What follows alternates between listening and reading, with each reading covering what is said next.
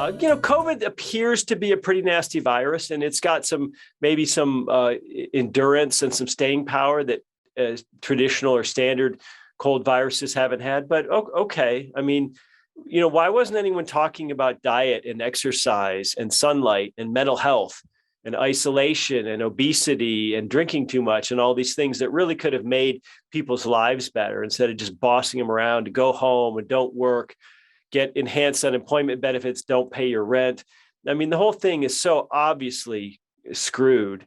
It's clearly one of the worst things that our governments at all levels have ever done. I mean, this is probably a once in a century screw up. At least I hope it's a once in a century screw up. Yeah, that's what we hope. The talk you gave was on the silver lining, at least one lining, maybe if not more, of the COVID moment, and we'll get into the weeds of that. What's the general takeaway on what the silver lining from what we have been going through would be? Well, I think the biggest takeaway is localism.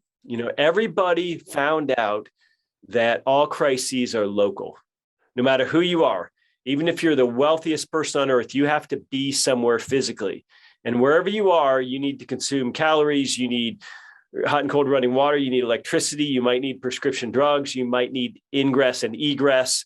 So nobody was totally untouched by COVID. And it made people realize that the conditions around you are actually very important, because a lot of people, myself included, are guilty of really, first of all, I travel a lot. And second of all, it's easy to sort of live your day in this digital world, and that gets into your headspace, and you start to forget about, your local environment. And, you have, when was the last time you were in your backyard? When was the last time you really looked at the weeds in your garden or whatever it might be?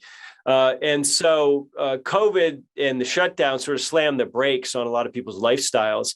And I think that was, although, obviously based on crazy policies, it probably made some people think. And when you start to think about localism more, you start to say, hey, it really does matter if you're in Florida right now versus if you're in Australia right now. I mean, even today, much less March of last year, but even today in the fall, what is it now, September 1st of 2021, it matters a lot if you're in Florida or if you're in Australia. It matters a lot if you're in Sweden versus the UK. I mean, these differences were really pretty profound. And I think once you get people thinking that way, it's very, very healthy, because I think a lot of faith has been lost in institutions, certainly over the past 10 years, but it's accelerated with Trump and all these other things, and COVID now, and Afghanistan, my God.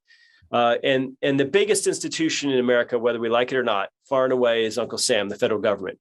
And so I think this is a really healthy thing, that we're losing faith in the federal government's ability to manage anything. It can't manage COVID.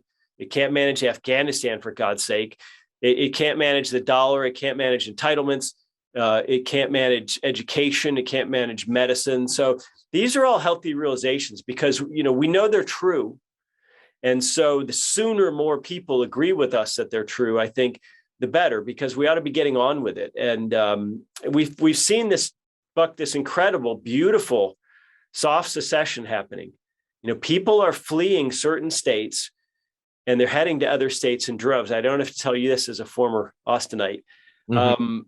And this is, it doesn't even have to be ideological necessarily. They're just fleeing dysfunction. And if we look at the political map, precinct by precinct, red versus blue, of, let's say, the last 4 or 5 presidential elections, if there is a shift of headcount away from cities, deep blue cities, and towards exurbs and rural areas, I mean, that represents a dramatic shift, a realignment of political power.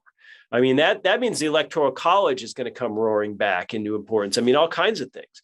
And, I'm not a big believer in the GOP, but I mean, the left is so bad that they have to be stopped. I don't think the GOP is necessarily a way to do that. I think this is more of a cultural issue than anything else. But, this realignment, this, moving power, political, economic, social, away from cities and towards more rural settings, that's huge. I mean, that hasn't happened in America ever, basically. I mean, the story of America is coming from colonies to farms to industrial cities to technocratic cities, where people used to move from the farm to Detroit to work in in an auto plant, or to Pittsburgh to work in a steel mill. Now they move to Seattle or Silicon Valley or New York to work at a tech company or a Wall Street finance company. So if that changes, if we've started to see a reversal of that, I think that has huge and bad ramifications for the left.